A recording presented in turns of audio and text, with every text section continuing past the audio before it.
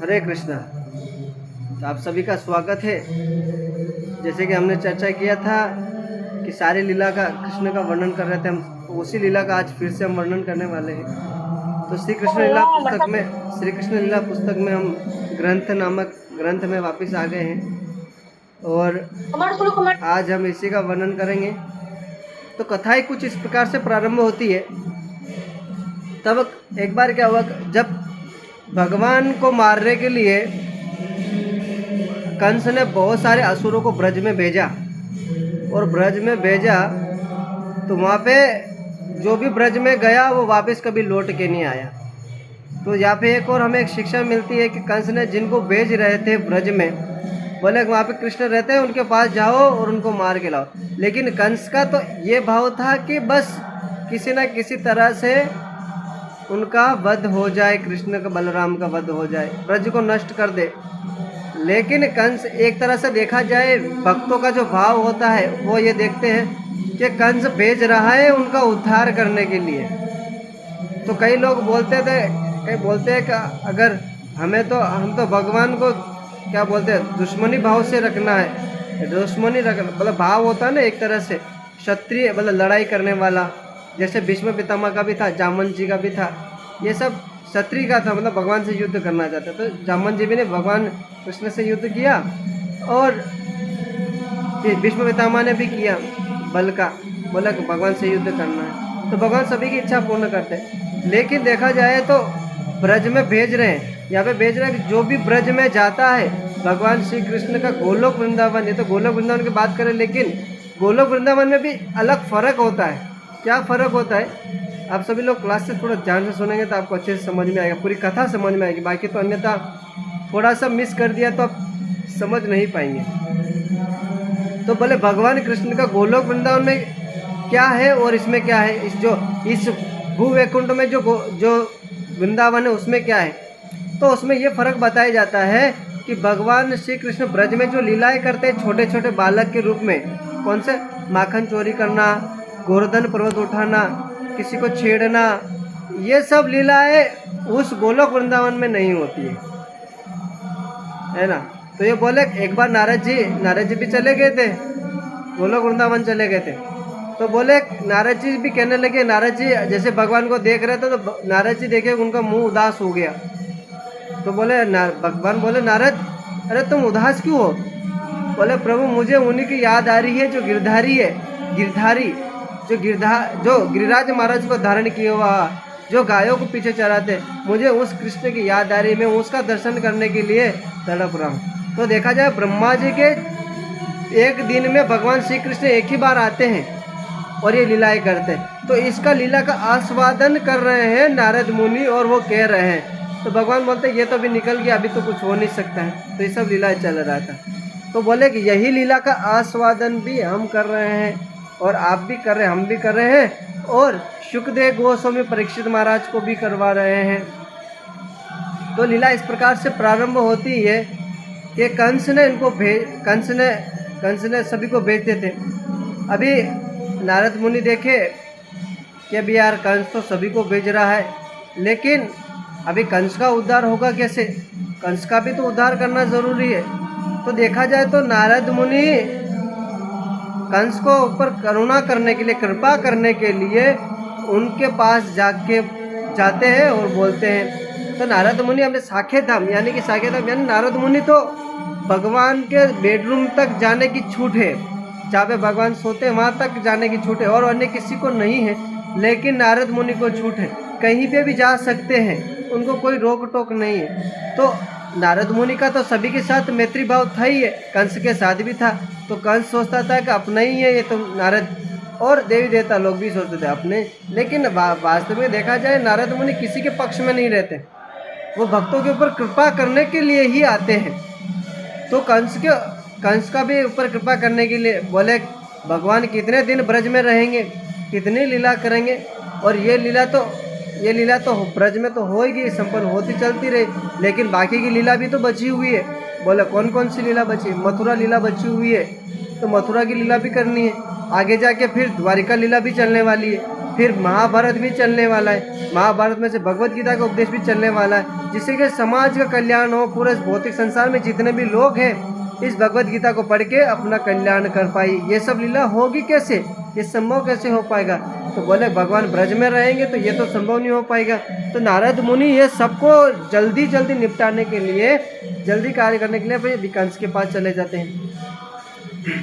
और कंस के पास चले जाते थे। इसमें जाने से पहले क्या अभी विधाता यानी कि ब्रह्मा जी ने जो लिखा हुआ है, बोले कि कंस भगवान आएंगे और कंस का वध करेंगे, ब्रह्मा जी ने तो पहले से लिख दिया है। तो उन्हीं की वाणी को सत्य करने के लिए और दूसरा नारद की जो वाणी है उनको भी सत्य करने के लिए भगवान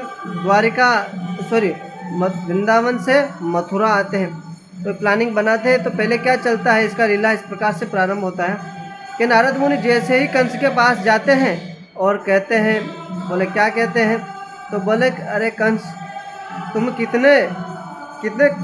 कितने भोले हो, इन सबको भेज रहे हैं। और जो भी देखिए आपने जिन जिन राक्षसों को भेजा है ब्रज में, वो कभी आज दिन तक लौट कर आया है क्या? बोले कोई नहीं आया, जो गया सो मर गया। तो बोले कंस को बोले तुम क्यों नहीं जाते? अरे बोले कंस बोले अगर हम गए तो हम भी वापस नहीं आए तो भैया क्या होगा हमारा? तो बोले कि यार तो एक काम करिए। अभी क्या काम करिए? कि बोले अभी तक कंस को ये पता नहीं था कि कृष्ण जो पुत्र है वो देवकी का ही पुत्र है। एक तरह से देखा जाए तो अभी कंस को नहीं पता था, लेकिन पता कैसे चला? तो नारद मुनि आके बताते हैं। क्या बताते हैं कि बोले उससे पहले एक और ये घटना बीत चुकी थी कि जब 8वां पुत्र देवकी का जन्म ले चुका था तो वहाँ पे बताया गया था कि 8वां पुत्र देवकी का तो उन्होंने माया देवी निकली, जो एक पुत्री के रूप में जो यशोदा की पुत्री हुई थी, वो वसुदेव जी लेके आ गए थे। और जो वसुदेव जी लेके आ गए तो बोले कि अभी कंस जैसे आया कि बोले देखा वसुदेव और देवकी को तो पुत्री उत्पन्न हुई है, तो बोले अभी किसको मारे? तो जैसे मारने गया उस बच्ची को निर्दय से पटकना चाहे पत्थर पर, जमीन पर ऐसे निर्दय से ऐसे क्या बोलते इसको, धोबी पछाड़ की तरह पछाड़ते हैं, इस प्रकार से जमीन पे पटक रहा था। लेकिन तुरंत ही वो बच्ची आकाश में उड़ गई और तुरंत एक रूप धारण कर दिया। कौन सा रूप धारण कर दिया? माँ दुर्गा का रूप धारण कर दिया। और कंस माँ दुर्गा का भक्त था, बहुत बड़ा भक्त था। कंस दुर्गा को बहुत मानता था और कंस की इष्ट देवी हो गई। तो कंस ने अभी बोला कि अभी हम इसका अभी तो मार तो सकते नहीं, हमारी इष्ट देवी हो गई तो बोले अभी पता चल गया। तो वो अभी माया देवी बोलती है कंस को कि आपको मारने के लिए तो आप यहाँ पे देवकी की और वसुदेव के पीछे पड़े हो, लेकिन इनको आपका वध करने के लिए तो ऑलरेडी गोकुल में जन्म ले चुके हैं, नंद के घर पे जन्म ले चुके हैं। तो आप मुझे मारने से क्या होगा? माया देवी ये बोल रही है। तो ये घटना बीती थी। तो कंस ने क्या किया, अपने बहन फिर अपने देवकी और वसुदेव को छोड़ दिया था और उनको यह कहा था कि आप जाइए और आराम से रहिए अपने महल जाके। तो वो रहने लग गए थे। तो उसके बाद अब ये सब घटना राक्षसों को उनको सबको मारने का तो चल ही रहा था। और वसुदेव और कंस को तो पता ही था कि वसुदेव को और देवकी को तो पता था कि हमारे जो पुत्र है वो नंद महाराज के घर पे हैं। तो उनको पता ये सब चल गया। तो दुर्गा देवी ने भी बता दिया कंस के वहाँ पे तो जन्म लिया, वो पुत्र जन्म ले लिया तुम्हारा वध करने वाला। तो अभी आगे चलते हैं। तो बोले कंस ने छोड़ दिया उन सबको, लेकिन अभी जैसे नारद मुनि प्रकट हुए वापस कंस के यहाँ पे आए, कंस के यहाँ पे उनसे कहने लगे कि देखिए जो भी ब्रज में गए कोई जीवित वापस नहीं आया है। तो हमारा निर्णय है, हमारा कहना ये है कि देखिए कि ये आप वसुदेव को बहुत सत्यवादी समझते हो, बहुत वचन पूर्ण करने वाले समझते हो, लेकिन आप नहीं जानते कि आपके साथ वसुदेव ने गद्दारी की है। बोले क्या गद्दारी किया है? बोले कि मेरे रहते हुए ये कैसे संभव हो गया? तो बोले कैसे गद्दारी किया? तो कंस ये पूछने लगे। बोले कि आप सोचते हैं कि उसका 8वां पुत्र देवकी और वसुदेव जी का 8वां पुत्र होगा, वो आपको अर्पण कर देगा, आपको सौंप देगा जिससे आप उसका वध कर दे। लेकिन वसुदेव जी ने ऐसा किया ही नहीं वास्तविक में। बोले कि अरे कंस तुम कितने भोले हो, बोले क्या? बोले जब उनके गर्भ से 8वां पुत्र का जन्म हुआ तो ऑटोमेटिक वसुदेव जी का बेड़िया खुल गई और सारे मथुरावासी सो गए। और सो गए तो ये जो वसुदेव जी है अपने वचन पे पूर्ण है, वचन सत्यवती है। तो उन्होंने क्या किया, अपने पुत्र को लेके क्या किया, उन्होंने वहाँ पे नंद महाराज के घर पे छोड़ दिया। लेकिन वो वसुदेव जी इतने ही सत्य होते तो आपको ये पुत्र देना चाहिए था ना, आपको क्यों नहीं दिया? ऐसा तरह देखा जाए तो कंस ने जैसे सुना कि वसुदेव जी ने मेरे साथ गद्दारी किया, मेरे को झूठ बोला और 8वां पुत्र जाके नंद महाराज के घर पे छुपा दिया। बोला अभी तलवार निकाल दिया कंस ने, बोले अभी जाऊंगा और अपनी बहन और वसुदेव जी का वध कर दूंगा। इस प्रकार से तो वसुदेव जी को वध करने के लिए जा रहे। नारद मुनि बोले अरे भैया रुको रुको रुको, इतना जल्दी क्या है? बोले आप इनका वध कर देंगे तो इससे फायदा क्या है? आपका शत्रु तो कृष्ण है ना, और बोल रहे हैं कि कृष्ण आपका शत्रु है, तो आप इनका वध करेंगे तो क्या होगा? तो बोले कि वसुदेव जी ने मेरे साथ गद्दारी किया है और इसका दंड तो इसे मिलेगा। बोले अरे आप इसे अभी मार दोगे, वसुदेव जी और देवकी को मार देंगे, तो एक तरह से देखा जाए तो ये तो बहुत गलत होगा। और देखिए जब आप इसे मारोगे तो क्या होगा कि ये खबर चारों ओर फैल जाएगी। कौन सी खबर चारों ओर फैल जाएगी? बोले कि कंस ने तो देवकी और वसुदेव जी का वध कर दिया है और अभी उनके पुत्रों का वध करना चाहता है, यानी कि कृष्ण और बलराम का वध करना चाहता है। तो देखा जाए तो नंद महाराज और यशोदा मैया तो एकदम सतर्क हो जाएंगे, और सतर्क हो जाएंगे तो क्या है, उनको लेके वहाँ से भाग जाएंगे। और भाग जाएंगे तो वहाँ पे देखिए उनको जब धीरे धीरे बड़े होंगे तो शक्ति प्राप्त करेंगे, और शक्ति प्राप्त करेंगे तो फिर आपसे युद्ध करने तो आएंगे और फिर आपका वध कर देंगे। तो बोले कि अभी इनका वध मत करिए, इनका वध करने के लिए आपको एक चालाकी पूर्वक, बोले क्या बोलते, चालाकी यानी कि बोलते आपको प्लानिंग बनाना पड़ेगा, प्लान से उनको मारना पड़ेगा, और मारना इस प्रकार से किसी को पता नहीं चले। अभी यहाँ पे एक प्रश्न और उठ सकता है कि भाई साहब नारद मुनि ये सब क्यों बता रहे कंस को, है ना? तो कंस को ये क्यों बता रहे? क्योंकि नारद मुनि तो भगवान के भक्त हैं, तो ये भगवान के लिए ऐसा क्यों बता रहे? और कंस को आइडिया भी दे रहे हैं किस प्रकार से मारना है। नारद मुनि ऐसा क्यों कर रहे हैं? अभी देखिए नारद मुनि कभी किसी के बुरा सोच भी नहीं सकते, लेकिन वो क्या कर रहे हैं, भक्तों के ऊपर बोले कृपा कर रहे कंस के ऊपर। बोले कंस कितना भी दुराचारी क्यों ना, कितना ही दुष्ट क्यों ना हो, लेकिन उसके ऊपर कृपा करने के लिए सब कार्य कर रहे हैं। तो बोले कंस का अभी उद्धार करना है। तो बोले कैसे करना है? तो अभी यह बताया जाता है कि अभी बता रहे नारद मुनि, बोले एक काम करिए, अभी नारद और कंस का संवाद चल रहा है। क्या संवाद चल रहा है? अब नारद मुनि बता रहे हैं, अभी नारद मुनि को बोल रहे हैं कंस आप बताइए अभी मैं क्या करूं, मेरी तो बुद्धि भी नहीं चल रहे हैं, मेरे कितने सारे मित्रगण मर चुके हैं, तो आप मुझे बताइए क्या करूं। तो फिर नारद मुनि बोलते हैं ये काम करिए, कुछ ऐसा आयोजन रखिए जिससे क्या होता है कंस कृष्ण बलराम को बुलाया जाए और फिर खेल खेल में मार दिया जाए। बोले इस प्रकार से बोला। बोले ठीक है। ये कह के नारद मुनि वहाँ से चले गए तो तुरंत ही कंस ने एक असुर को बुलाया जिसका नाम था केशी। केशी नाम ने सुना है? केशी का नाम सुना है आप सब लोगों ने? ज्योति माता जी केशी नाम का सुना है? केशी असुर जो घोड़े के रूप में आया था, ब्रज में आया था घोड़े के रूप में, उसका नाम था केशी।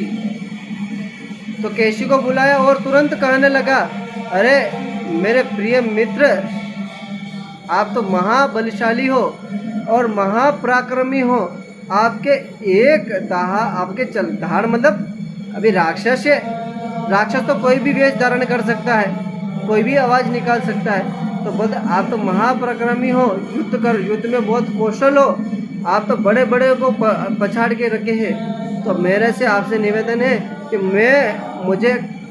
मुझे देवकी और वसुदेव जी का 8वां पुत्र वध करेगा मेरा, तो मेरा ये आपको सीधा क्या है, आपको आदेश है, आप जाइए और उसका वध कर दिए कृष्ण बलराम जी का। अभी देखिए जैसे उन्होंने कहा तो बोले इनका वध करें, तो बोले इनको इनसे भय क्यों है आपसे। बोले देखिए जो भी ब्रज में गए वापस मर गए, सभी मर गए, वापस आए भी नहीं। यहाँ तक कि किसी की हिम्मत नहीं हुई वहाँ से अस्थियाँ लेके आए और उनका गंगा में प्रवाह कर दें, ये भी नहीं हुआ। तो बोले क्या हुआ फिर, तो बोले अभी आप मैं जहाँ तक आपको जानता हूँ, आपके पराक्रम को जानता हूँ, तो मेरा आपसे निवेदन है कि आप जाइए ब्रज में और कृष्ण बलराम का वध कर दीजिए। ये उन्होंने केशी नामक असुर को भेजा था। तो केशी नाम का असुर के वध की जो लीला है वो हम कल चर्चा करेंगे, लेकिन उससे पहले आज हम ये चर्चा करने वाले। कंस ने तो क्या भेज दिया, अभी असुर को भेज दिया केशी को। अभी यहाँ पे बताया जा रहा है कि जब केशी को भेजने के बाद कंस ने तुरंत एक ईसा गोष्ठी किया, यानी कि सभी राजाओं के, मतलब जो भी कंस का जो दरबार था उसमें सभी को बुलाया गया, और बुलाए गए जितने मंत्री संतरी जितने भी थे उन सभी को बुला गया और एक मीटिंग रखा गया। तो उसमें सभी लोगों से बता रहे कि हे सब प्रिय, मेरे प्रिय, हे महाबलशाली, ऐसे करके संबोधित कर रहा है कंस। तो बोले अरे महाबलशाली तो कंस तुम भी हो, आप हमें क्यों कर रहे हो। तो बोले कभी कभी क्या होता है, गधे को बाप बनाना रहता है। तो कंस क्या बोल रहा है, अभी ये सब तो वैसे कंस के द्वारा जीते गए, लेकिन गधा अभी कभी कंस क्या कर सबको गधा अरे बता रहे गधे को बाप बना। तो कंस क्या करे, बोले इन सभी को अपना बाप जैसा बना, मतलब सम्मान दे रहे हैं, कंस ये सम्मान दे रहा है उन सभी को। तो कंस कह रहा है कि आप सभी जानते हैं कि देवकी और वसुदेव जी का 8वां पुत्र होगा तो मेरा वध करेगा, लेकिन वो भी मेरे साथ वसुदेव जी ने मेरे साथ क्या किया, मेरे को चीट किया, मेरे साथ गद्दारी की है। तो अभी मैं चाहता हूँ कि पहले इन सभी का वध कर देते हैं, इनका पहले कृष्ण बलराम का वध कर देते। बहुत सारे लोग कहने लगे अरे वसुदेव जी ने चीट किया तो वसुदेव जी को सबसे पहले मारना चाहिए, गलती तो उन्होंने किया। तो बोले नहीं इनको मारेंगे, अभी नारद के प्लानिंग के हिसाब से चल रहा है सब। तो बोले आप इनको मारेंगे तो क्या होगा, सारे तरफ अफवाह फैल जाएगी और भाग जाएंगे, तो कृष्ण बलराम को फिर तैयार हो जाएंगे, फिर मेरे से युद्ध करने आएंगे, तो फिर कहीं मुझे मार ना दे। जैसे बता रहे, बोले ये तो नहीं कर सकते। तो बोले दूसरा कोई उपाय रखिए। तो बोले हाँ एक उपाय है। बोले क्या उपाय है।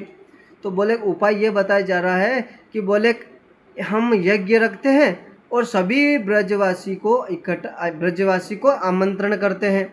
बोले क्या आमंत्रण करें, किस वजह से आमंत्रण करेंगे। तो बोले कि हम एक यज्ञ रखते हैं। कौन सा यज्ञ रखते हैं, शिव जी का एक यज्ञ, शिव जी को धनुष प्राप्त था, किसको, कंस को। तो परशुराम जी ने दिया था वैसे कंस को ये धनुष।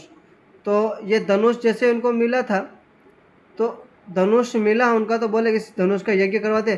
कोई मुहूर्त नहीं, कोई कुछ भी नहीं, बोले यज्ञ शुरू कर दिया जाए। तो बोले यज्ञ शुरू करवा दिया। देखिए बिना मुहूर्त के कोई कार्य किया जाता। कंस ने ये दूसरी बार गलती किया। पहले कौन सा गलती किया, जब देवकी और वसुदेव जी का विवाह बिना मुहूर्त का करवाया। अभी दूसरा गलती ये हो गया कि एक बिना मुहूर्त का कार्य फिर ये करने लगे, यज्ञ करने लग गया। कौन सा, धनुष का यज्ञ करने लग गया, जो शिव जी का धनुष था। बोले अभी उसको आमंत्रण में यह दिया जा रहा है कि बोले शिव जी का धनुष का जो यज्ञ हो रहा है, उस यज्ञ में आप सभी लोगों को, ब्रजवासी को इकट्ठा होना है। तो बोले अभी सभी लोग जानते थे कि कंस तो कितना पापी है ना।